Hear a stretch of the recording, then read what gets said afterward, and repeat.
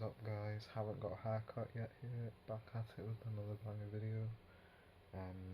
Obviously been a while since my last. I explained that in a recent community post, so if you want to find out about that, go look there. But without further ado, in today's video we're going to be having a look at the brand new Metro Boomin produced Spider-Man Across the Spider-Verse soundtrack. Now, going into this one, I was sort of excited, but kind of nervously anticipating it. Obviously it's Metro Boomin, and so far on albums, he hasn't really missed. I know a lot of people say this artist hasn't missed on an album and stuff. It's obviously not true for some people, but I think with Metro Boomin, it stacks up. I've enjoyed every record so far. I know a few people are kind of unsure about the Big Sean one, but I think Double or Nothing has a lot of decent songs on it, whether it be Savage Mode, Pull Up and Wreck, or what's the Young Thug called? That one's amazing as well. One with Travis Scott's Fire as well. But obviously it was a soundtrack, so I had to keep my expectations a bit low, because typically we haven't really got the best soundtracks before. In this album is obviously one, so let's see if that's a trend that continues and get into the actual review. Now, despite having a feature list that watched straight out of 2018, I think this track's actually quite good. It's a decent opener. The beat's kind of interesting. It's just pretty average to me. I'm not really a massive fan of it. But Swae's hook on here is upper echelon. It's really good, really catchy. Yeah, gives me like old Race Round vibes. And then we get a good Wayne verse where it just seems like it's featuring on everything now. But I'm not exactly going to complain about it on the case of this, because this feature's quite good. A lot of Spider-Man wordplay and stuff, which there's quite a lot of on here. But it wasn't too corny, it was more, it was fitting. And then we've got the first 3 Offset features on here, and he does his thing on here. It's not anything particularly amazing. Offset's been kind of off form since Culture 2. But yeah, his verse is fine on here. So yeah, overall, pretty decent opener.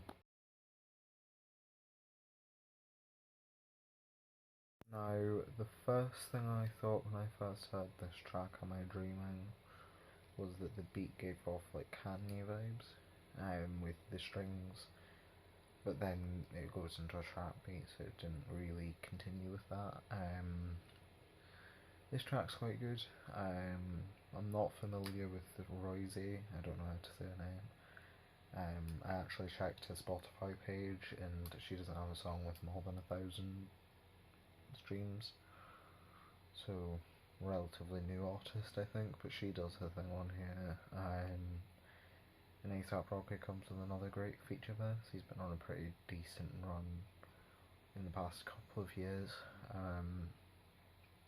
Obviously Feel the Fire, he was on off Heroes and Villains, which, whilst it's not my favourite off the album, it's quite a lot of people's favourites.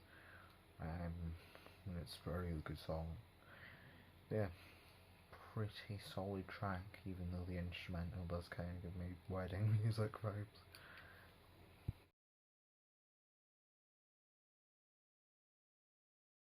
All the Way Live's an interesting one. We've got the Baby Pluto X, Pluto or whatever it's called, reunion on here, and they come and make another decent track. The hook on here is pretty basic, but it does its job. Lil Uzi Vert actually came with a solid verse on here. They've kind of grown off me as of late. Like, I think since Eternal Attack they've been on a bit of a downwards trajectory, but they did the thing on here and it gave me old sort of Uzi vibes. And then Future comes with a pretty solid verse, which I think I needed after the Dirk album, which I haven't reviewed and I don't intend on reviewing. I was going to, but it's a bit late now. I wasn't really a fan of his track on there, but he was good on here. The beat on here is really, really nice. Does sound like something from the Pluto X Baby Pluto days, but I think this song does that whole style a lot better than anything off that album did. So yeah, again, another pretty solid. This one had one of the more interesting feature lineups of the tracks on here, with Offset and JID, which wasn't really a collab I saw happening. Obviously this song was a bit of a teaser into the JID and Metro Boomin album, which has been teased quite heavily and has literally been confirmed by Metro. But I'm not really a fan of this one. I actually checked the producer credits on here and Metro Boomin isn't even credited, which makes sense because it is one of the worst beats of the project. It's pretty basic, and then the hook, normally Offset and any of the Migos really are the kings of repetitive hooks, but this one isn't hitting at all. Like, it's just, there's nothing to it really. And then you get a pretty standard Offset verse that's not really doing anything that he wouldn't normally be doing. I mean, it's not bad, but it's nothing special really. And then you get a JID verse where, despite a kind of slow start, he has a great end to his verse because he comes with that usual extremely smooth flow towards the end. It's really nice. But yeah, bit of a drop off from the last three, but still another decent song. I'm not sure how much I'll play it, but it's not bad.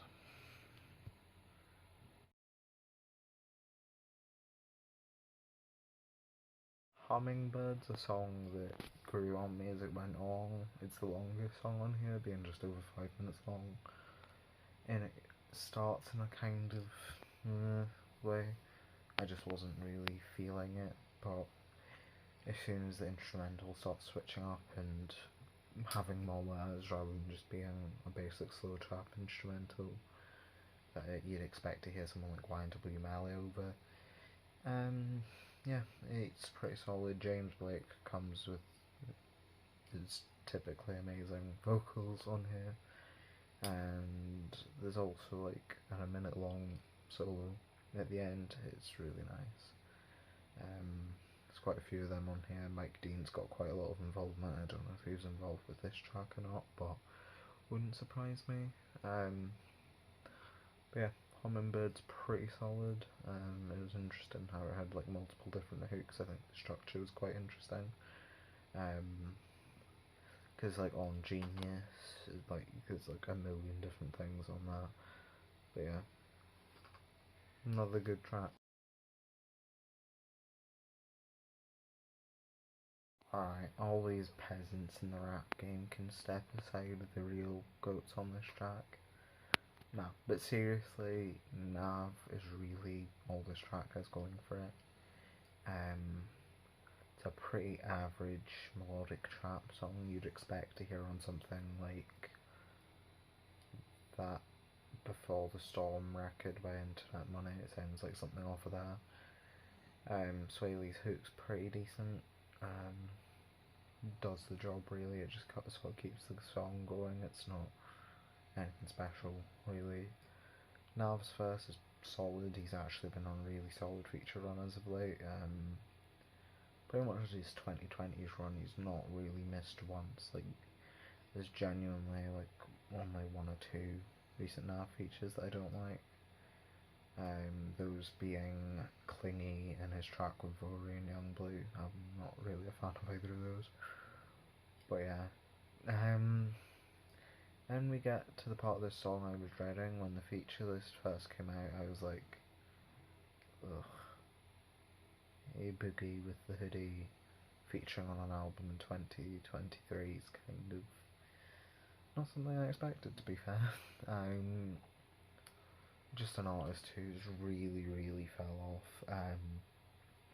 Was never really a massive fan of him, but like even in his like international artist days and stuff like that, like tracks like Drowning and Swerving and stuff, and what's it called? It's like Waka something with 6ix9ine. That one was actually pretty decent as well. One of the only good 6ix9ine songs. But yeah, he comes in and it starts off like pretty average. Like he comes with that weird sort of flow he usually has, where it's sort of nasally but it's not too whiny, and it's like actually listenable. And then he starts with the stupid whiny vocals towards the end, and there's bits where him and Swae harmonise, and it's just like I'd just rather have Swae sing that part because he can actually sing. But yeah, bit of a mixed bag of a track, but overall quite decent.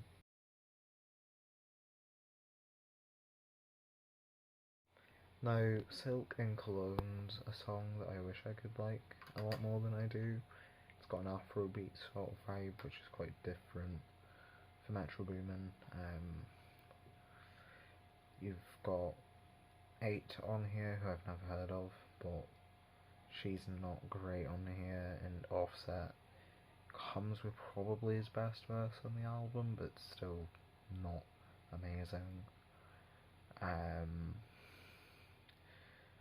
My main issue with the song's the beat though.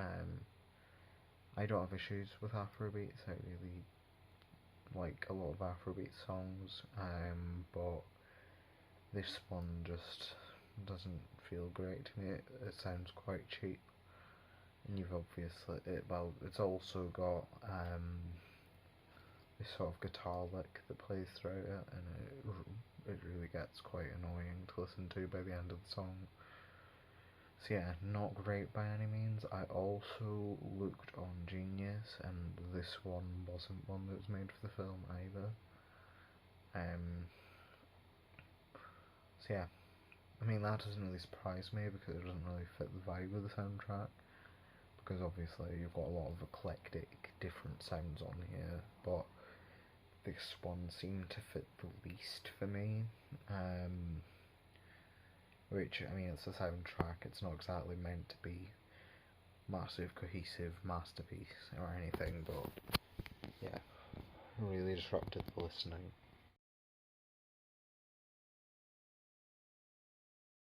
Now, on from one pretty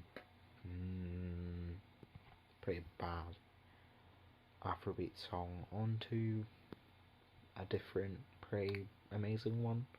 This is probably my favourite track off the album.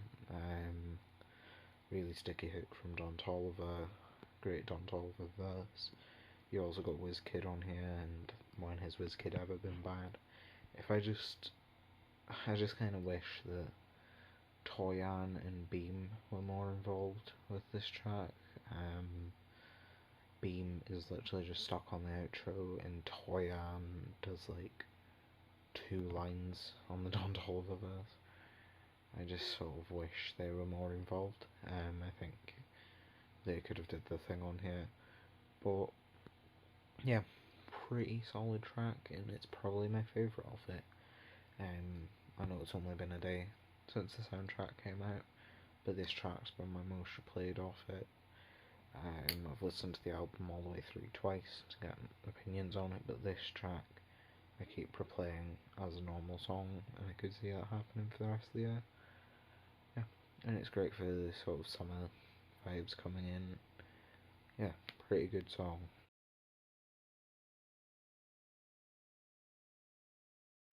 Now, this one was one I saw a lot of discourse over on Twitter.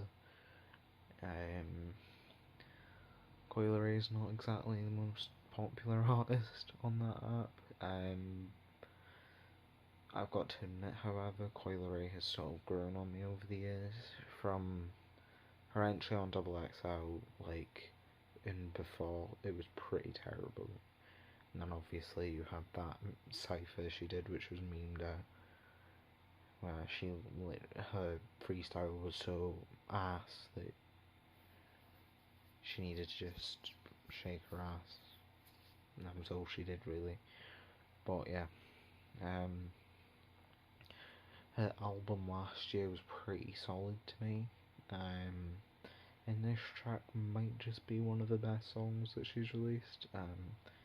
Really nice vibe on this one. She pretty much spends the whole song singing. She doesn't have that horrible Carter impression flow that she was doing for a while. And yeah, another solid.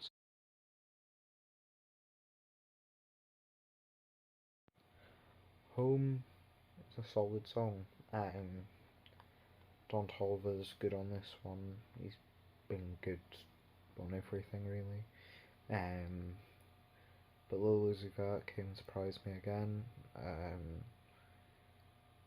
Yeah, they did the thing on here, and I know it's soundtrack music, so it's supposed to be quite motivational and like fun and inspirational in the lyrics and overblown and stuff. I think the lyrical performance showed a lot of growth from them.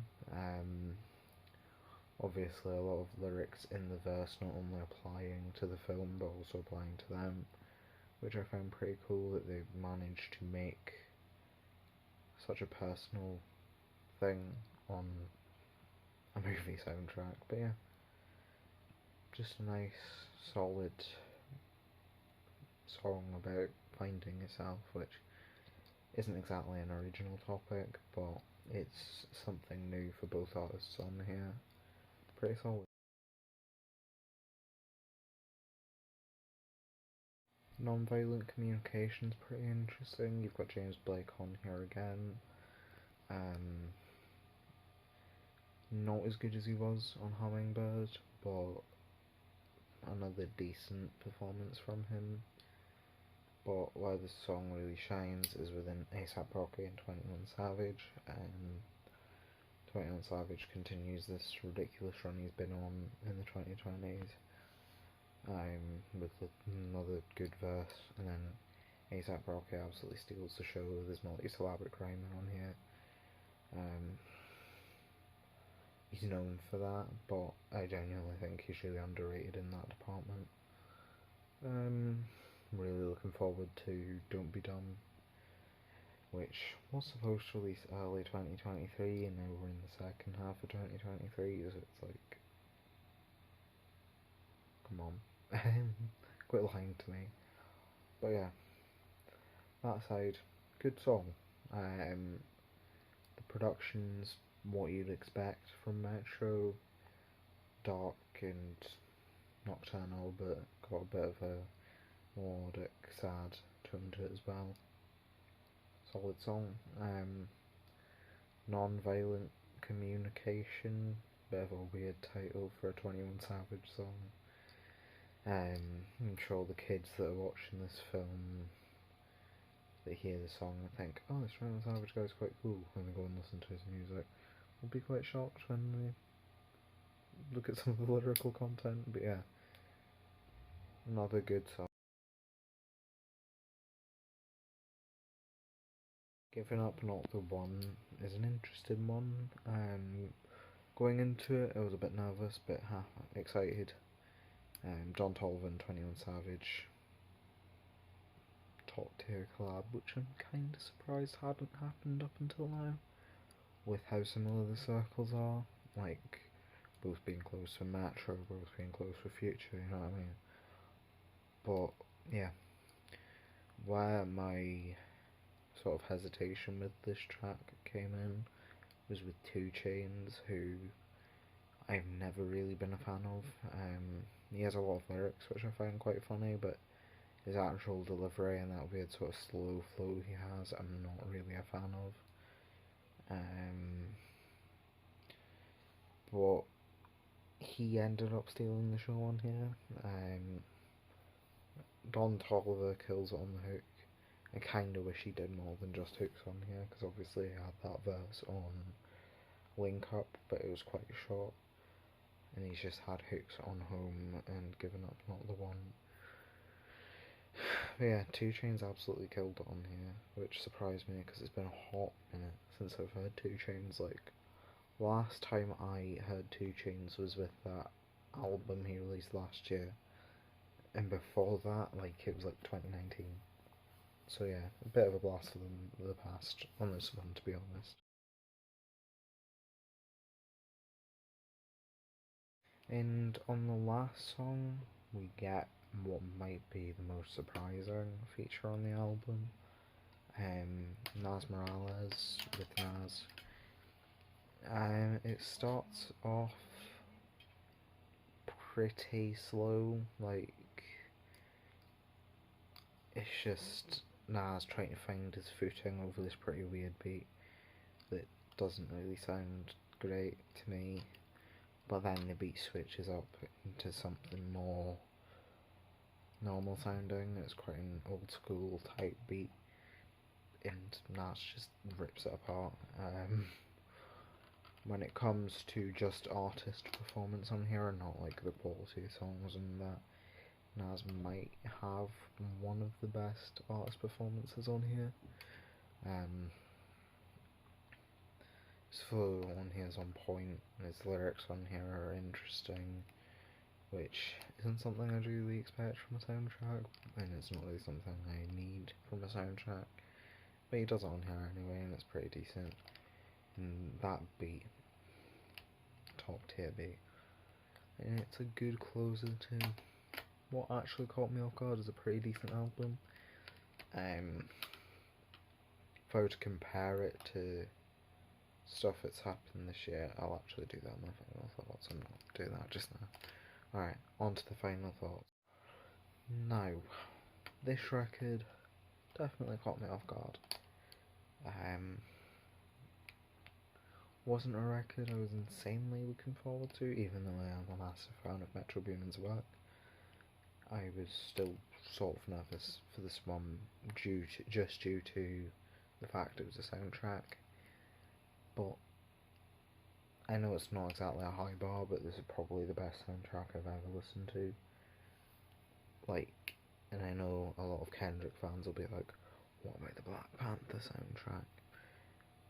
But I genuinely think this is better. I get it's recency bias and that, but outside of a few songs I barely listen to that, whereas I could see myself listening to this for a decent while. Yeah, good features, good production on here. Production wasn't amazing, it wasn't standout, and I wouldn't say it was on the level of Heroes and Villains, but it did its job for what I was going for. I was more going for that sort of mainstream melodic trap sound rather than Metro Boomin's dark trap aesthetics normally. But yeah, if I had to give it a numerical score, I'd give it a 7.5 out of 10. Nowhere near as good as Lovesick, which, to be honest, I'm going to be honest and give a bit of a sneak peek, would probably be closer to a 9 now. But this album, solid. Usual Metro features mixed in with some interesting ones, and I definitely recommend you check it out if you're just looking for some music to bump through the summer. A lot of good songs on here that I could see myself picking out. Only really like 2 songs on here that I'm not really seeing myself listen to all that much. Like, I don't see myself replaying Silk and Cologne that much. I'm not really a fan of that one. And Danger Spider, not really a song I'm that fussed about.